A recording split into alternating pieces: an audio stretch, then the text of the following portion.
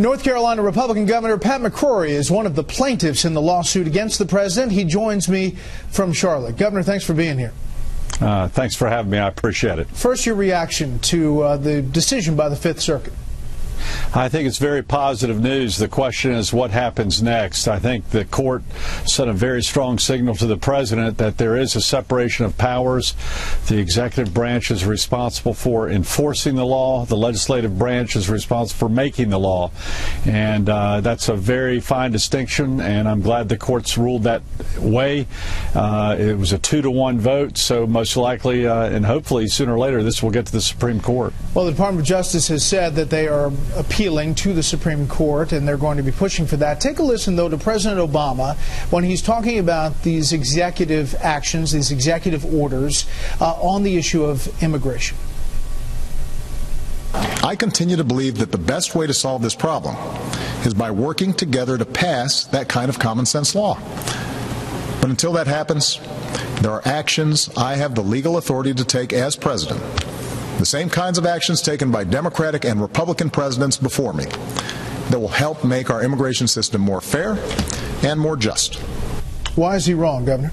Well, because the executive branch does not have the authority to select and choose which laws they're going to follow. I don't have the authority of governor of North Carolina. My responsibility and my obligation is I'm sworn to follow and execute the laws of not only North Carolina, but the United States of America. And not only am I supposed to do that, but law enforcement officers, both at the federal, state, and local level, are supposed to do that. And that's why I very proudly signed a bill which outlawed sanctuary cities in the state of North Carolina, because what that did, frankly, was tell police officers who also take the same oath of office to uphold the laws of not only North Carolina, but of the United States of America, and it tied their hands from doing that.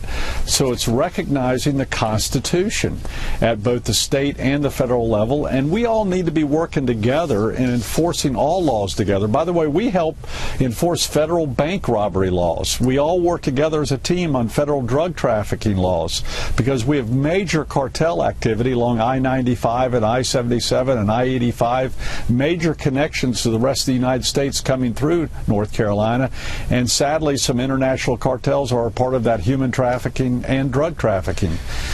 That's one of the things, Governor, you said in the signing of this bill in North Carolina. Despite some pushback, obviously, from the left, you said that the illegal activity by illegal immigrants was increasing, not decreasing, in your state. Oh, absolutely. And I've talked to sheriffs throughout North Carolina who say we've got major cartel activity in North Carolina and throughout the Southeast. They're very smart business people, and they're taking advantage of interstate travel, and they're taking advantage of some of our very lax immigration rules.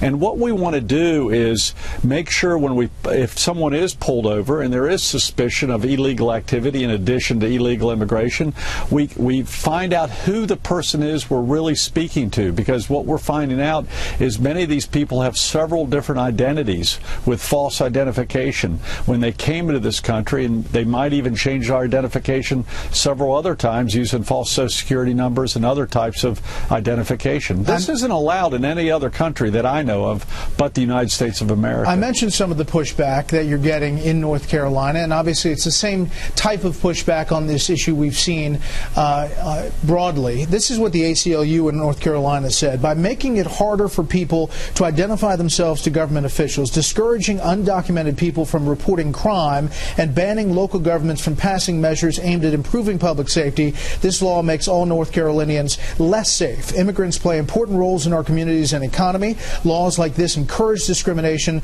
send the message that North Carolina is unwelcoming, and make it harder for law enforcement officers to do their job, keeping all members of the community safe. Governor, your response to that? Well, first of all, they use the word undocumented. That means illegal, not here legally, following the laws of the United States of America. And some of those came into the country legally, but they've overstayed their welcome according to our national laws. And some came into our country illegally. You know, using that logic, why even have customs at our airports? Why don't we just let everyone in at all of our customs checkpoints, at our ports of entry, at our airports and our shipping ports? I mean, that makes no sense whatsoever. whatsoever. And it's plus in that type of logic is making police officers respond to crime as opposed to prevent crime from occurring. And I'd rather have preventive action than just reactive action after a crime occurs trying to get witnesses. Last thing, Governor, quickly, this issue obviously is playing out in the Republican primary race. Do you have a candidate? I do not. I have a bias toward governors because they have a leadership experience of putting together a team and also dealing with crisis. But I think we've got a good selection, and we've got to let the process work out. And I've got to meet most of the candidates, and North Carolina is going to be a major player in this race. You know, we're the 9th most populated state in the United States of America. Most people don't realize that, but North Carolina is now number 9. It's going to play a major role in the presidential campaign. I used to live and work there, know it well. Governor McCrory in Charlotte tonight, thank you for your time. Thank you very much, Bret.